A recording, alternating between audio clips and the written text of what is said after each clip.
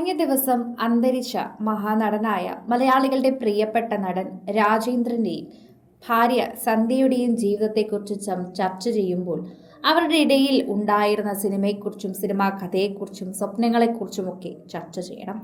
പ്രണയബന്ധത്തെ ഊട്ടിയുറപ്പിച്ചത് കല തന്നെയാണ്. അതായിരുന്നു രാജേന്ദ്രന്റെയും സന്ധ്യയുടെയും ആദ്യ പ്രണയകാലം മുതൽ ഇപ്പോൾ വരെയും കൂടെ ഉണ്ടായിരുന്നത്. ഇവർ രണ്ടുപേരും ഒരുമിച്ച് നിൽക്കുന്നത് ഉൾപ്പെടെ തന്നെ സംസാരിക്കുന്ന ഒരു പ്രധാന വിഷയമായി തന്നെ മാറിയിട്ടുണ്ട് അന്നത്തെ കാലത്ത്.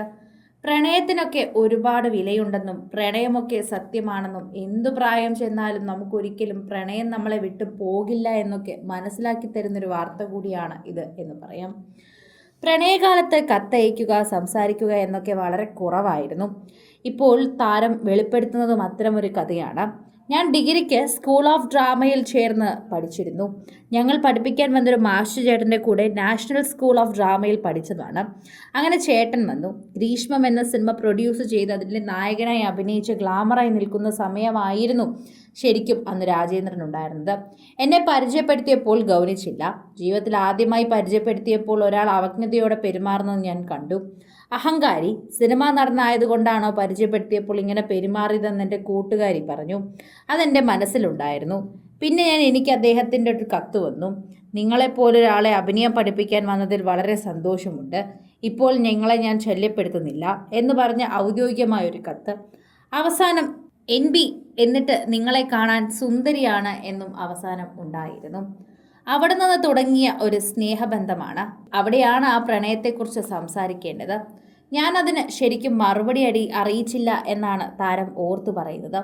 3 വർഷം ഞാൻ അവിടെ പഠിച്ചപ്പോൾ അദ്ദേഹം അവിടെ വരികയും കാണുകയും ഒക്കെ ചെയ്തിട്ടുണ്ടായിരുന്നു. ഡിഗ്രി പൂർത്തിയാക്കി വീട്ടിൽ വന്നപ്പോൾ കല്യാണാലോചനകൾ വന്നു. റഷ്യയിൽ പോയി നാടകം കൂടുതൽ പഠിക്കണമെന്നൊരാഗ്രഹം എനിക്കുണ്ടായിരുന്നു. 5 വർഷമാണ് കോഴ്സ്. അന്ന് അതൊരു പെൺകുട്ടിക്ക് ബുദ്ധിമുട്ടാണ്. കല്യാണപ്രായമായി. മറ്റൊരാലോചന വന്നപ്പോൾ ഞാൻ ആ കത്തിനെക്കുറിച്ച് ഓർത്തു. മറുപടി അയച്ചു. നിങ്ങൾ കരുതിയതുപോലെ ഞാൻ സിനിമയിലേക്കോ നാടകത്തിലേക്കോ വരില്ല. വിവാഹാലോചന വരുന്നുണ്ട്. ചിലപ്പോൾ കലാപ്രവർത്തനം നിന്നു പോകുമെന്ന് പറഞ്ഞായിരുന്നു കത്ത്. പിന്നെ ഒരു കോള് വന്നു. അങ്ങനെ പ്രണയത്തിലാകുന്നു. വീട്ടുകാർ സമ്മതിക്കുന്നു. വിവാഹം കഴിക്കുന്നു. മകൻ ജനിക്കുന്നു. അങ്ങനെ മനോഹരമായ ദിനങ്ങളായിരുന്നു ഉണ്ടായിരുന്നത്. അങ്ങനെ ഓരോന്നിനെക്കുറിച്ചും എടുത്തു പറയാൻ പറ്റുന്ന രീതിയിൽ തന്നെയായിരുന്നു ജീവിതം മുന്നോട്ട് പോയിരുന്നത്. അതിനിടയിൽ ഇതാ ഇപ്പോൾ അദ്ദേഹത്തിൻ്റെ 71ാം വയസ്സിൽ ആ മരണം സംഭവിച്ചിരിക്കുന്നു. സന്ധ്യയെ സംബന്ധിച്ച് തൻ്റെ മകൻ കൂടെയുണ്ട്. എന്നാൽ ഇത്രയും നാളും ഒപ്പം ഉണ്ടായിരുന്ന വ്യക്തി ഒരു പുലർച്ചെ ഉറക്കമെഴുന്നേറ്റപ്പോൾ ഇല്ല എന്നത് വളരെയധികം വിശ്വസിക്കാനാകാത്തൊരു വാർത്തയാണ്. കുറച്ചധികം നാളുകളായി തന്നെ വിഷമത്തിലും സങ്കടത്തിലും ആരോഗ്യ പ്രശ്നങ്ങൾ അലട്ടിയിരുന്നു.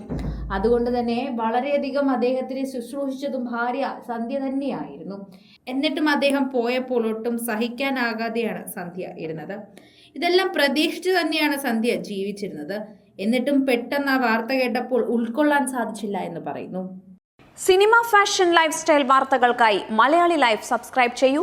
ലേറ്റസ്റ്റ് അപ്ഡേറ്റ്സിനായി ബെൽ ബട്ടണും അമർത്തുക.